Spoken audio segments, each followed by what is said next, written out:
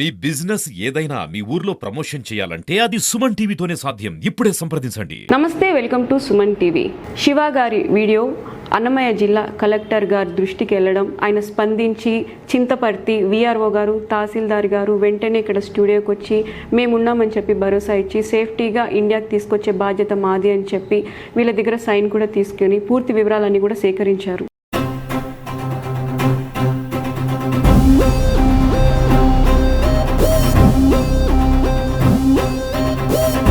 Chintaparthi VRO Yellappa గారు వచ్చారు, ఆయనతో మాట్లాడదాం. నమస్తే సార్. నమస్తే మేడం. సార్, ఈ విషయం తెలుసా మీకు? వీళ్ళ భర్త ఇలా కోయట్లో ఇబ్బంది పడుతున్నారు ఎడారిలోని? వీడియో ద్వారా తెలిసింది. వీడియో సోషల్ మీడియాలో వైరల్ అయింది కదా, దాని ద్వారా తెలిసింది. తెలిసిన వెంటనే మేము కూడా కాంటాక్ట్ అయ్యాము. వీళ్ళని కాంటాక్ట్ అయిన తర్వాత దీని గురించి వీళ్ళ హస్బెండ్కి హెల్ప్ చేసేదానికి గవర్నమెంట్ తరఫున, కలెక్టర్ గారి తరఫున, తహసీల్దార్ గారి నుంచి రిపోర్ట్ కోసం మేము మార్నింగ్ నుంచి కాంటాక్ట్ చేసాము. మార్నింగ్ వీళ్ళు 8:30 కాంటాక్ట్ చేసి ఇక్కడికి వస్తామని చెప్పారు.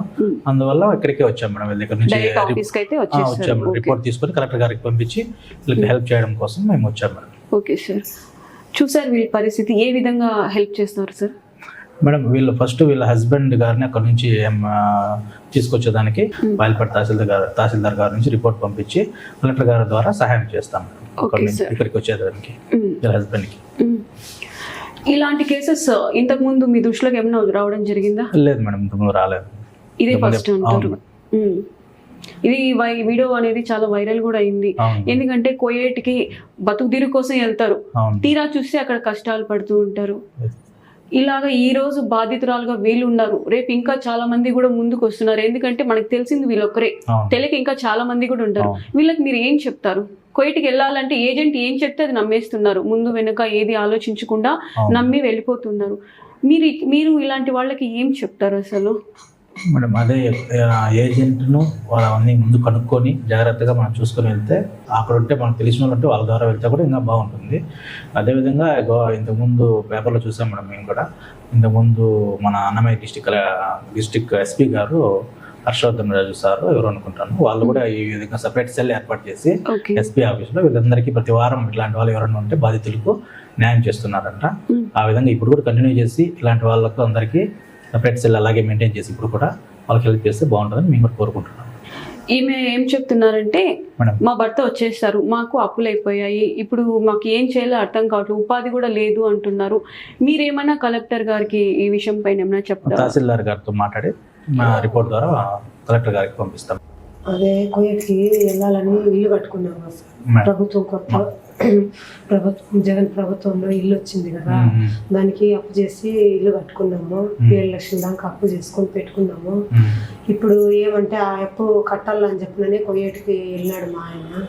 ఇప్పుడు అది అక్కడ ఎడారిలో పడిపోయాను, నేను కష్టపడుతున్నాను, ఇలాగా నేను వెళ్ళాలని బాధపడుతున్నాడు. అతనేమో సేఫ్టీగా వచ్చేస్తాడు.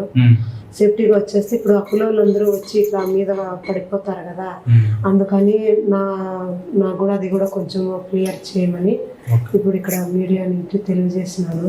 ఇప్పుడు మీకు కూడా మేడం గారికి తెలిసి గవర్నమెంట్ ద్వారా ఏదైనా పాసిబిలిటీ ఉంటే కలెక్టర్ గారికి ఈ సమస్యను తీసుకెళ్తాం. ఇంకోటి చెప్పడం ఏమంటే, మా ఇంతకుముందు దాంట్లో మేమే ఇల్లు కూడా ఇచ్చాము. మా హౌస్ రూఫ్స్ వరకు అయినాయి, గొడవలు కట్టుకున్నారు, రూఫ్ వేయాల చూస్తాం. మేము ఇంతకుముందు ఇచ్చిన పిల్లకి హెల్ప్ చేసాము. ఇల్లు లేదు కాబట్టి ఇల్లు కూడా ఇచ్చారు.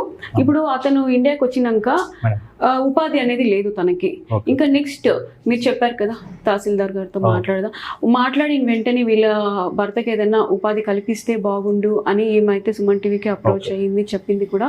ఇది మీ దృష్టికి తీసుకెళ్ళాలి అని చెప్పి నేను కూడా చెప్తాను. తహసీల్దార్ గారు కలెక్టర్ గారి దృష్టికి తీసుకెళ్ళి మా పరిధిలో వీళ్ళని సహాయం చేస్తాం. ఇంకొక విషయం ఏమంటే, పాప స్కూల్ కూడా వెళ్ళట్లేదంట, ఎందుకంటే ఆర్థిక సమస్యల వల్ల పాపను కూడా కూలి పనికి అయితే పంపిస్తూ ఉండదంట. ఈమె వీళ్ళ కూతురు ఇద్దరు కలిసి కూలి పనికి వెళ్ళి జీవనాధారం అయితే జరుపుకుంటున్నారు. ఈ పాప స్కూల్కి వెళ్ళలేదు కాబట్టి అది కూడా మీ దృష్టికి తీసుకోవాలని కూడా ఏం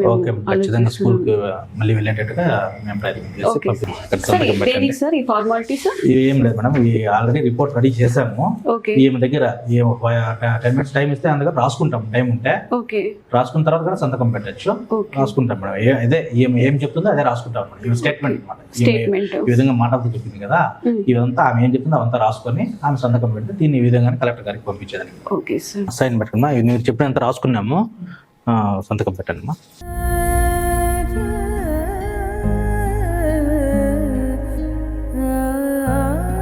ఓకే, థ్యాంక్స్ అమ్మా. Okay thanks. Okay madam.